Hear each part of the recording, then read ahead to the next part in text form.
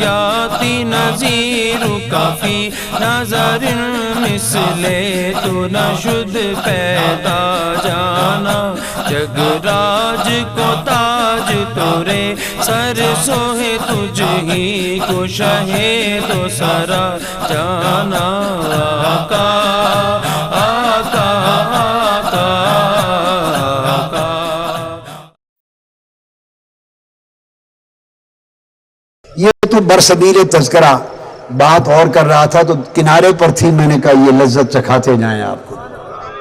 تو اصل بات یہ کہنا چاہتا تھا کہ دعا کیا تھی موسیٰ علیہ السلام کی کہ مولا اپنا دیدار کرا، حضور کا تو نہیں مانگا تھا نا جی۔ اور دعا کی قبولیت کا جب وقت آیا معراج کی رات، موسیٰ علیہ السلام کو چھٹے آسمان پہ کھڑا کر دیا۔ موسیٰ تیری طور والی دعا ادھار ہے، طور والی دعا تیری ادھار ہے، کیونکہ نبی کی دعا رد نہیں ہوتی، پورا ہونا ہے، لہذا آج اس کو پورا کرنے کا وقت ہے۔ آج آجا موسیٰ، آج تیری دعا پوری ہوتی ہے۔ کھڑے ہو گئے، خیال آیا ہوگا کہ شاید آج رب جلوہ کرا دے گا۔ چھٹے آسمان پہ کھڑے ہو گئے، جب آقا معراج سے پلٹے تو موسیٰ کو کھڑا کر دیا، فرمایا موسیٰ اپنی دعا یاد ہے؟ یاد ہے، تو نے میرے جلوے کی دعا کی تھی، آج آ تیری دعا پوری ہو رہی، مصطفیٰ کو بھیج رہا ہوں، اسے تک لینا، یہ جلوہ خدا ہوگا، اسے تک لینا، یہی جلوہ خدا ہوگا۔ اور عرفاء نے لکھا ہے کہ موسیٰ علیہ السلام نے 9 مرتبہ دعا کی تھی اللہ کی بارگاہ میں، بار بار رب ارنی، قرآن نے تو ایک بار بیان کیا، مگر یہ 9 مرتبہ التجا کی تھی، اور ہر بار کی التجا رد نہیں ہوتی، تو ضروری تھا کہ 9 مرتبہ ہی جلوہ خدا ہو۔ 9 التجائیں تھیں، اس 9 مرتبہ جلوہ خدا کے لیے مصطفیٰ کو 50 نمازیں دے کر بھیجا، اور فرمایا موسیٰ مصطفیٰ آئیں گے، ہر بار عرض کرنا حضور آپ کی امت کے لیے یہ بڑا زیادہ وزنی کام ہے، نہیں پڑھ سکے گی، واپس جا کے کچھ کم کروا کے لائیں، تو تم بھیجتے جانا، میں ہر بار 5 کم کروں گا، 9 بار پلٹ کے آئیں گے، 45 نمازیں کم ہوں گی، دینی 5 ہی ہیں، مگر 9 بار تجھے جلوہ کرانا ہے، ہائے ہائے ہائے، دینی 5 ہی ہیں بالآخر، مگر تیری دعائیں 9 مرتبہ تھی، اور ہر بار مکھڑا مصطفیٰ کا دیکھنا جلوہ خدا کا ہوگا۔ تو حضور کا جلوہ کرتے رہے تو مصطفیٰ کا مکھڑا خدا کا جلوہ بن گیا۔ یہ ہے قربت، یصلون علی النبی، کہ درود بھیجتا رہتا ہوں، اتنا قریب کرتا رہتا ہوں کہ اب مصطفیٰ کے اسماء میرے اسماء میں فنا ہو چکے، افعال میرے افعال میں فنا ہو گئے، صفات میری صفات میں فنا ہو گئی، حتیٰ کہ ذات میری ذات میں فنا ہو گئی، اور مقام یہ ہو گیا کہ انک لعلی خلق عظیم، اب خلق عظیم ہو گئے۔ اور عائشہ صدیقہ رضی اللہ تعالیٰ عنہ سے پوچھا کہ حضور کا اخلاق کیا تھا؟ انہوں نے کہا کان خلقہ القرآن، ان کا اخلاق قرآن تھا، ان کا اخلاق قرآن تھا۔ اور قرآن کیا ہے؟ قرآن اللہ کا کلام ہے، قرآن اللہ کا کلام ہے۔ حضرت عائشہ صدیقہ ام المومنین فرماتی ہیں قرآن حضور کا اخلاق ہے، یہ بات سمجھنے والی، فرماتی ہیں قرآن حضور کا اخلاق ہے، اور ہمیں اسلام بتاتا ہے کہ قرآن اللہ کا کلام ہے۔ کلام صفت ہوتی ہے صاحب کلام کی، قرآن اللہ کی صفات ہیں، قرآن اللہ کی صفات ہیں۔ حضرت عائشہ صدیقہ فرماتی ہیں قرآن حضور کا اخلاق ہے، اخلاق صاحب اخلاق کی صفتیں ہوتی ہیں۔ آپ سمجھے اخلاق کیا ہوتا ہے؟ اخلاق والے کی صفت ہوتی ہے، اور کلام کیا ہوتا ہے؟ کلام والے کی صفت ہوتی ہے۔ ادھر سے اسلام بولتا ہے کہ قرآن خدا کی صفات ہیں، ادھر ام المومنین عائشہ صدیقہ فرماتی ہیں سنو قرآن مصطفیٰ کی صفات ہیں۔ مولا کس کی صفات مانے؟ ام المومنین کہتی ہے مصطفیٰ کی صفات ہے قرآن، تو کہتا ہے میری صفات ہے قرآن، تو پتہ چلا قرآن ایک ہے، یہی خدا کی صفت ہے، یہی مصطفیٰ کی صفت ہے۔ تو بات کیسے ہوئی؟ بات یہ ہوئی کہ 23 سال قرآن اترتا رہا، مصطفیٰ کی صفات حضور کی تھی، خدا کی صفات خدا کی تھی، یہ صفات جدا جدا تھی۔ اقرا بسم ربک الذی خلق سے لے کر قرآن کی آخری آیت اتری، 23 برس مصطفیٰ پر قرآن کی آیتیں اترتی رہیں، اور قرآن کی ہر آیت اللہ کی ایک صفت لے کے اترتی تھی، اور قرآن کی ہر آیت جب اللہ کی صفت کا رنگ لے کے اترتی تھی تو اس کے اترنے سے مصطفیٰ کی ذاتی صفت کا رنگ اتر جاتا تھا، اس پر خدا کی صفت کا رنگ چڑھ جاتا تھا۔ ہر آیت کے نزول سے، ہر آیت کے نزول سے حضور کی اپنی صفتوں کا رنگ اتر جاتا تھا، اس رنگ ساز مولا کی صفتوں کا رنگ چڑھ جاتا تھا۔ ایک ایک آیت اترتی گئی، حضور کے اوصاف بدلتے گئے، صفات الہیہ چڑھتی گئی، اللہ کے اخلاق کے رنگ چڑھتے گئے، محمد کے رنگ اترتے گئے، اور محمد کے رنگ پر خدا کا رنگ چڑھتا گیا۔ جب 23 سال میں قرآن مکمل ہوا تو خدا کی قسم ذات مصطفیٰ کی تھی، صفات خدا کی تھی،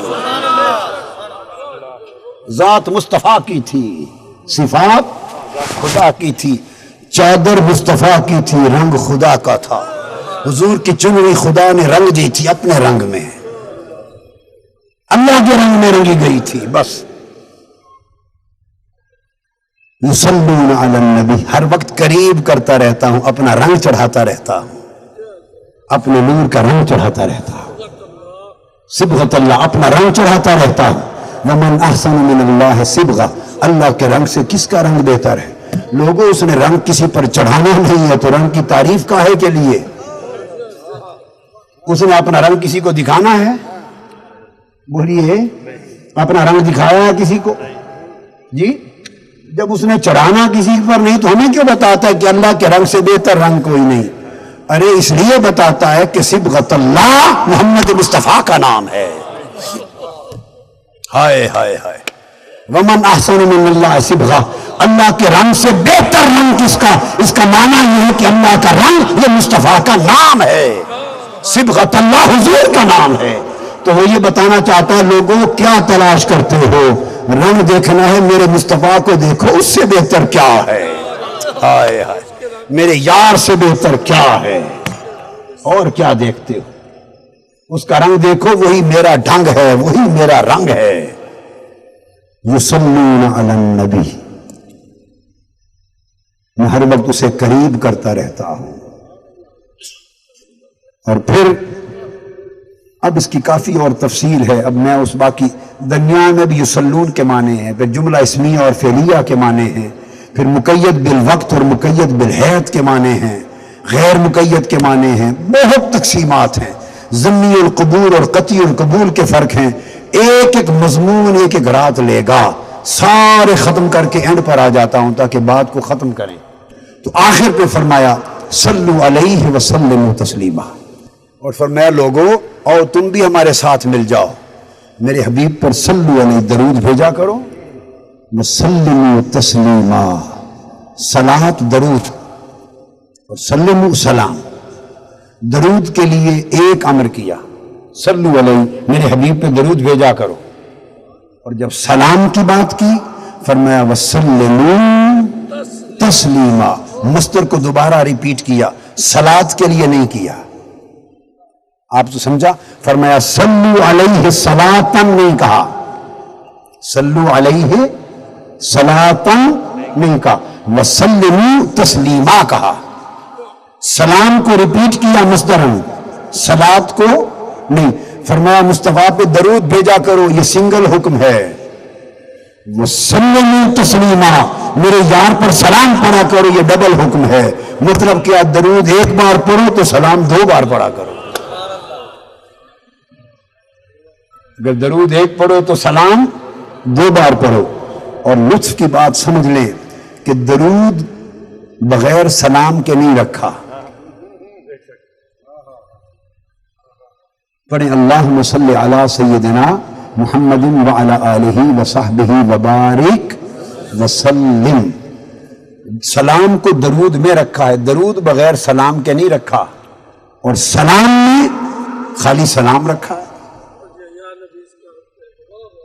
سلام خالی سلام ہے، السلام علیک ایھا النبی ورحمۃ اللہ وبرکاتہ. سلام صلات کے بغیر قبول ہے، مگر صلات درود سلام کے بغیر قبول نہیں. ارے نادانو اگر جھگڑا کرنا تھا تو صلات پہ کرتے، جس کا سنگل حکم آیا، اور جو سلام کے بغیر قبول نہیں صلات پہ کرتے. ارے جس کا دوہرا حکم ہے اور جس کے بغیر صلات بھی قبول نہیں ہے، سلام پہ جھگڑا کر رکھا ہے. کتنی نادانی کی بات ہے. نہ جھگڑے کی جگہ صلات ہے، نہ جھگڑے کی جگہ سلام ہے، اور دو میں فرق ہے. صلات سے ثواب ملتا ہے، جب آپ درود پڑھتے ہیں تو ثواب ملتا ہے. آقا علیہ السلام نے فرمایا کہ اللہ پاک نے فرمایا کہ اگر کوئی ایک بار میرے حبیب پر درود بھیجے، میں اس کے بدلے میں 10 نیکیاں اجر دیتا ہوں، 10 نیکیاں عطا کرتا ہوں، 10 درجے بلند کرتا ہوں، 10 گناہ معاف کرتا ہوں. ایک بار درود پڑھو تو 10 نیکیاں دیتا ہوں، 10 درجے بلند کرتا ہوں، اور 10 گناہ معاف کرتا ہوں. درود پڑھو تو ثواب ملتا ہے، اور آقا پہ سلام پڑھو تو جواب ملتا ہے. فرق ہے، جواب ملتا ہے. آقا نے فرمایا ما من احد یسلم علی وما من مسلم یسلم علی الا رد اللہ علی روحی حتی ارد علیہ السلام. کوئی شخص اور کوئی مسلمان ایسا نہیں جو مجھ پہ سلام پڑھے، مجھ پر سلام پڑھے. فرمایا جو بھی مومن مجھ پہ سلام پڑھتا ہے، فرمایا اللہ تعالیٰ نے میری روح مجھ میں واپس لوٹا دی ہوئی ہے، حتی ارد علیہ السلام. اور میں ہر سلام کہنے والے کے سلام کا جواب دیتا ہوں، سلام کا جواب دیتا ہوں. تو درود پڑھنے سے ثواب ملتا ہے، سلام پڑھنے سے یار کا جواب ملتا ہے. عمر پر درود پڑھیں. درود التجا ہے کہ مولا حضور پر درود بھیج. یہ ہے درود، اللہم صلی علی، مولا حضور پر درود بھیج. وہ کہتا ہے میں پہلے بھی بھیج رہا ہوں اور تمہاری دعا کو بھی ساتھ ملا لیتا ہوں. درود میں التجا ہے، سلام میں انشاء ہے. سلام میں آدمی براہ راست حجاب ہٹا کر مصطفیٰ کی بارگاہ میں مخاطب ہوتا ہے، آقا سلام ہو، آقا سلام ہو. اور جب دعا اللہ کے حضور کرتا ہے، درود اللہ کے حضور دعا ہے، اس دعا کا اجر بھی خدا دیتا ہے. اور سلام بارگاہ مصطفیٰ میں جاتا ہے، جواب بھی مصطفیٰ کی بارگاہ سے آتا ہے. جیسی التجا ویسا جواب. تو جب امتی کہتا ہے حضور آپ پر سلام، اور سلام کا مطلب ہے سلامتی، تو جب مصطفیٰ کا جواب آتا ہے وہ کہتا ہے میرے غلام تجھ پر سلام، میرے غلام تجھ پر سلام، اور سلامت رہو میرے غلام، سلامت رہو. اور پنجابی میں سلامت رہو کا معنی میرے غلام جیویں، جیویں میرے غلام، جیویں میرے سونے، جیندہ رہو، سلامت رہو، آباد رہو. قربان جائیں اس عاشق کو ساری معراج مل گئی جب یار نے مسکرا کے جواب کہہ دیا، محبوب نے جواب کہہ دیا کہ تو بھی سلامت رہے. اس کو سب کچھ مل گیا، اس کو سب کچھ مل گیا. لہذا کثرت کے ساتھ درود و سلام پڑھا کریں. اور یاد رکھ لیں ہر عبادت کے لیے شرط ہے. نماز، روزہ، حج، زکوٰۃ، کل عبادتیں حضور کا فعل ہے. نماز اللہ نے نہیں پڑھی، بولیے کس نے پڑھی؟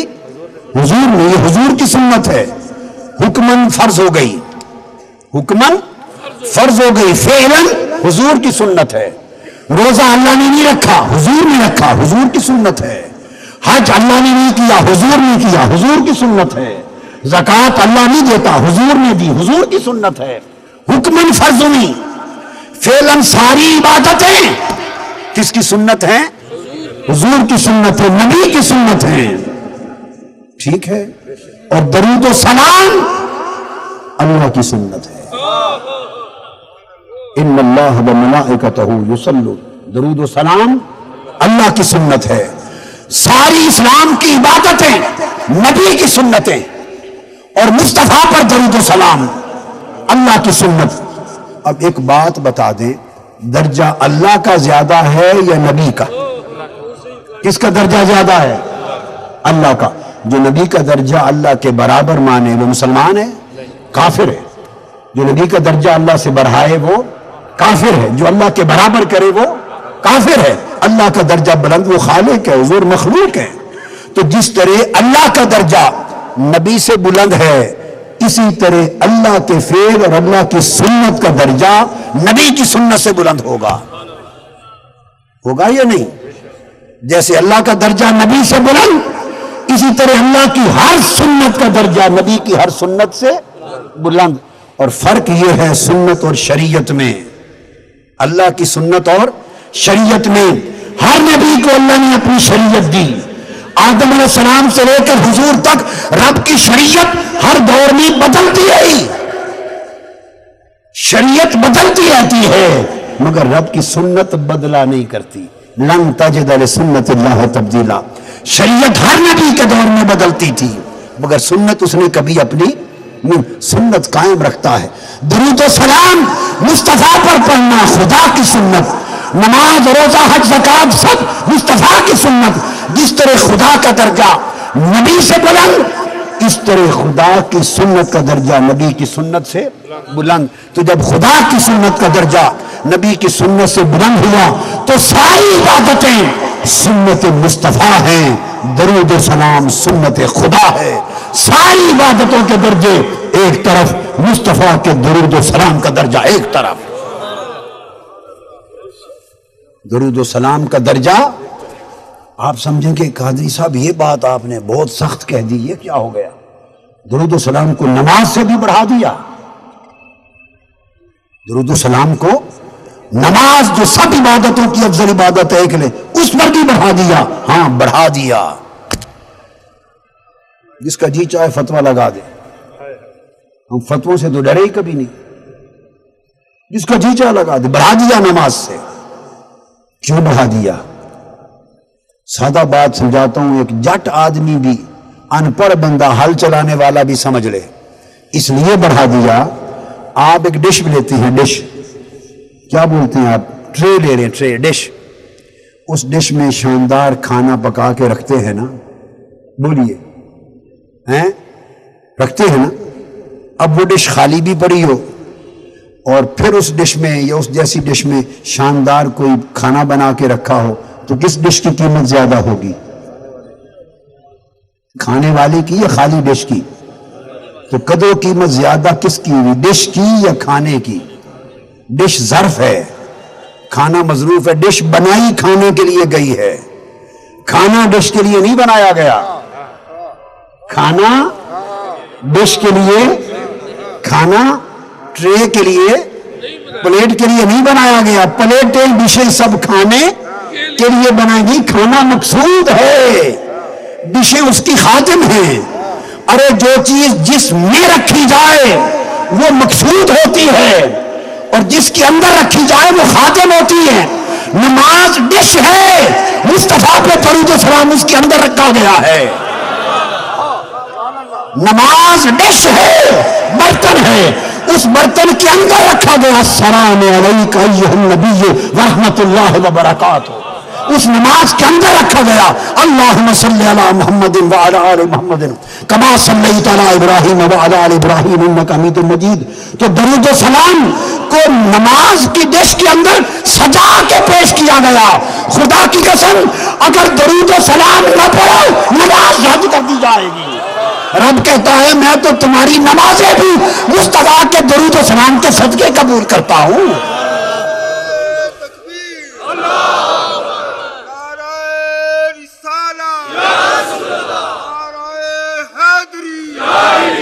تو درود و سلام کو، درود و سلام کے اندر نماز نہیں سجائی گئی،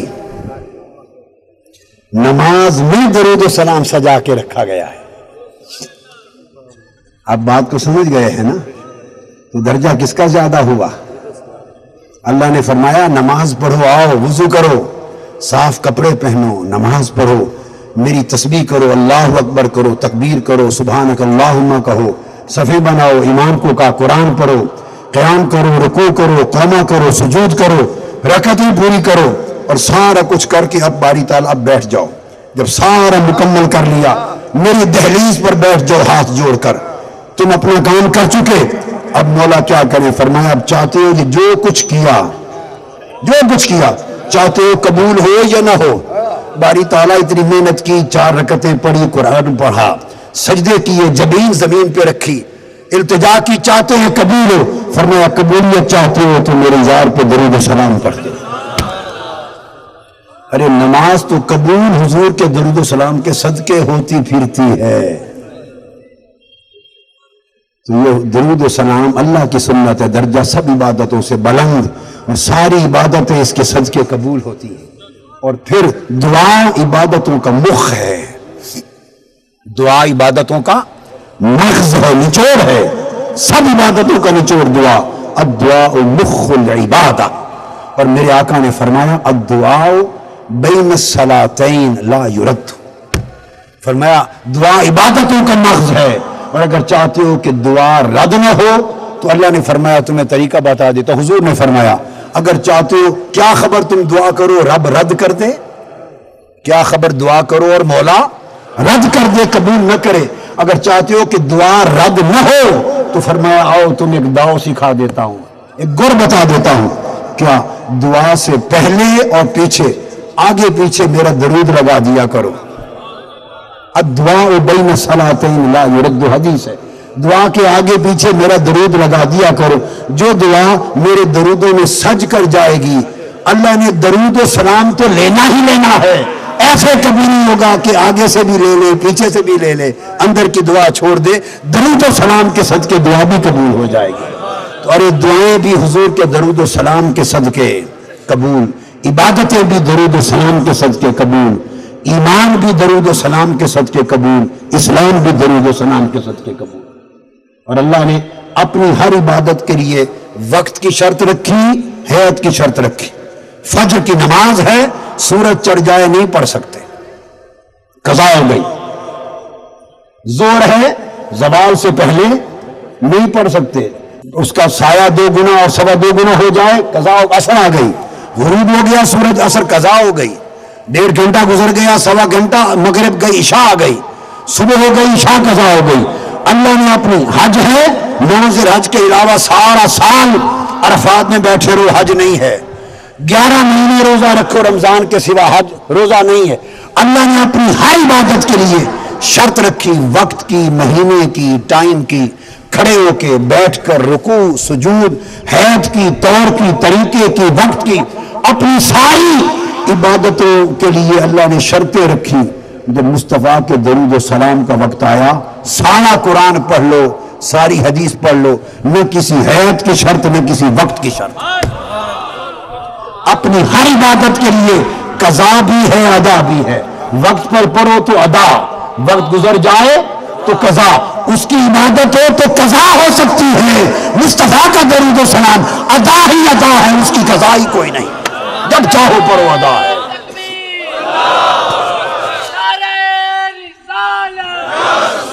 پھر رب کی نماز ہے، اسی زبان میں پڑھو جس میں دی گئی تو قبول، اردو میں ترجمہ کر کے کھڑے ہو کے پڑھ لو تو قبول، بس اسی زبان میں قبول ہے، کسی اور زبان میں قبول نہیں۔